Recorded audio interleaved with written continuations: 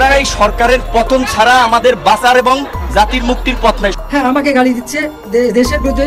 শেখ হাসিনার পতন না ঘটিয়ে আন্দোলন সংগ্রাম থামাবো। কি জঘন্য, কোনো মনুষ্যত্ব বোধ নেই। আমাকে তো বাঁচতে দিবেন, আমাকে বলছে পঙ্গু করে দেবে ইলিয়াস আলীর মতো। ব্যারিস্টার সুমন হিসেবে আমি আপনাদেরকে দাবি জানাচ্ছি, সরকার পতন না হওয়া পর্যন্ত রিমান্ডে থেকেও সরকার পতন চাচ্ছে বিপিনুর। একটু আগেই সে রিমান্ডের অনেক মারধরের কথা বর্ণনা দিচ্ছিল, এখন সে কি বলতেছে, সে কিন্তু সরকার পতন চাচ্ছে। দর্শক শ্রোতা, বিপিনুর কিন্তু বারবার বলে এবং সে কিন্তু সরকার বিরোধী অনেক কথা বলে। কয়েকদিন আগে কোটা আন্দোলন চলছিল, তারপরই একটা মামলার মাধ্যমে বিপিনুর কিন্তু গ্রেপ্তার হয় এবং সে কিন্তু রিমান্ড থেকে বের হয়ে জেলখানার একটা গাড়ির মধ্যে থেকে একটা বক্তব্য দেয়, তাকে কিভাবে রিমান্ডে মারধর করা হচ্ছে হাত পা বেঁধে এবং ফুটবলের মতো।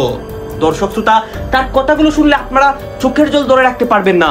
সম্পূর্ণ কথা যদি আপনারা শুনেন অবাক হয়ে যাবেন। এবং সে মারকেও কিভাবে এইসব কথা বলছে এবং সরকার পতন চাচ্ছে এবং এমন বক্তব্য দিচ্ছে, সম্পূর্ণ বক্তব্য দেখলে অবাক হবেন। আপনারা সম্পূর্ণ ভিডিও দেখবেন, এর আগে বিপিনুরের নামে কেউ খারাপ মন্তব্য করবেন না। এই সম্পূর্ণ ভিডিও দেখেন, তারপর আপনার মতামত কমেন্ট বক্সে লিখবেন। এই যে দেখেন, আমরা এই সরকারের পতন ছাড়া আমাদের বাঁচার এবং জাতির মুক্তির পথ নাই। সরকার পতন না হওয়া পর্যন্ত আমাকে তো বাঁচতে দিবেন, আমাকে বলছে পঙ্গু করে দেবে ইলিয়াস আলীর মতো।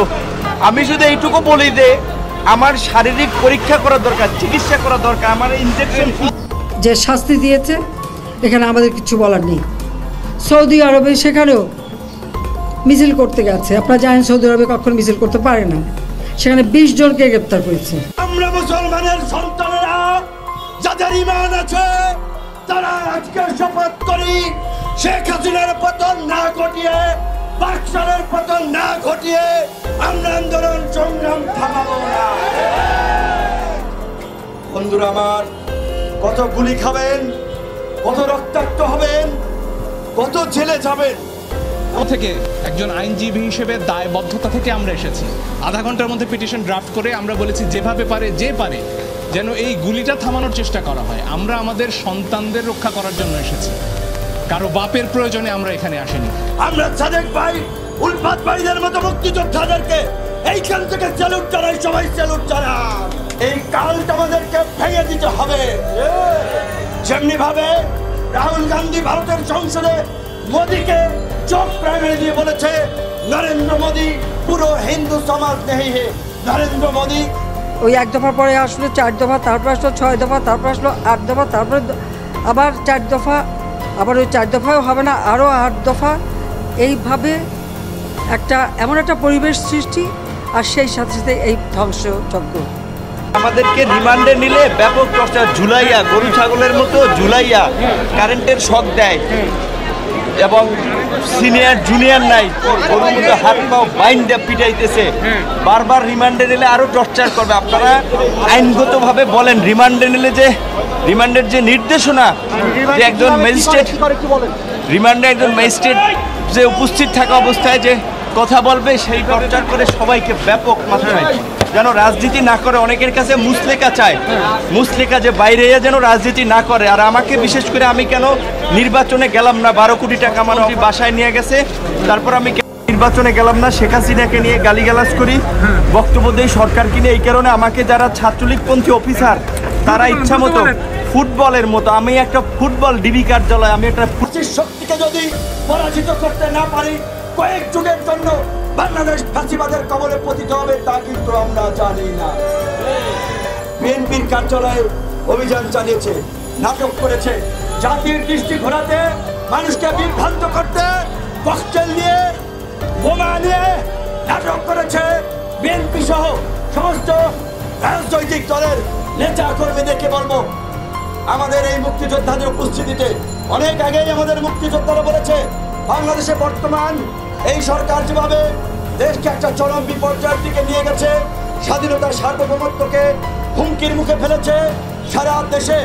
আজকে পুলিশ, আপনাদের কাছে আমার দাবি, 1 মাস সময় আপনারা স্থগিত করেন। 1 মাস পরে সুপ্রিম কোর্টের আদেশের পরে আপনারা, কারণ আপনারা যেটা চাচ্ছেন, আপনারা বলতে চাচ্ছেন যে আপনারা আন্দোলন সরকারের সাথে, আদালতের সাথে না, কিন্তু আপনাদের এই আন্দোলন, সামরিক বাহিনী, আইন আদালত, কোথাও কোনো চেইন অফ কমান্ড নাই, শৃঙ্খলা নাই, সর্বত্র নৈরাজ্য। কাজেই এখন আমাদের প্রয়োজন দ্বিতীয় মুক্তির সংগ্রাম। এই দ্বিতীয় মুক্তির সংগ্রামে ছাত্ররা সূত্রপাত ঘটিয়ে দিয়েছে। সামরিক বাহিনী, পুলিশ বাহিনী, বিচার বিভাগ, সমস্ত প্রশাসনের ভাই বন্ধুদেরকে বলবো, জিয়াউর রহমানকে যেমনি ভাবে 7ই নভেম্বর ফুটবলের মতো, আমি একটা ফুটবল ডিবি কার্যালয়, আমি একটা ফুটবল, এইটুকু আপনাদেরকে বলি। এখনো যদি আমার এই যে দাগ এখনো এই শুকায় নাই, এই এখনো শুকায় নাই। আপনারা একটু এইটা তো বলেন অন্তত রিমান্ডে যে দেশবাসীদের কি বলতেন, আমরা এই সরকারের পতন ছাড়া আমাদের বাঁচার এবং জাতির মুক্তির পথ নাই। সরকার পতন না হওয়া পর্যন্ত এই সিপাহী জনতা জিয়াউর রহমানকে নিয়ে সিপাহী জনতার বিপ্লব করেছিল। আজকে আগামীর নতুন বাংলাদেশ বিনির্মাণ করতে প্রশাসন, সামরিক বাহিনী, পুলিশ বাহিনী, জনগণ সকলকে সম্মিলিতভাবে এই দ্বিতীয় মুক্তিযুদ্ধ সফল করতে হবে।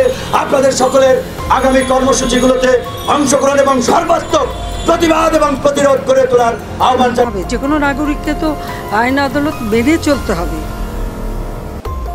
সেটা না ওই 1 দফার পরে আসলে 4 দফা, তারপর আসলো 6 দফা, তারপর আসলো 8 দফা, তারপরে আবার 4 দফা, আবার ওই 4 দফাও হবে না, আরও 8 দফা।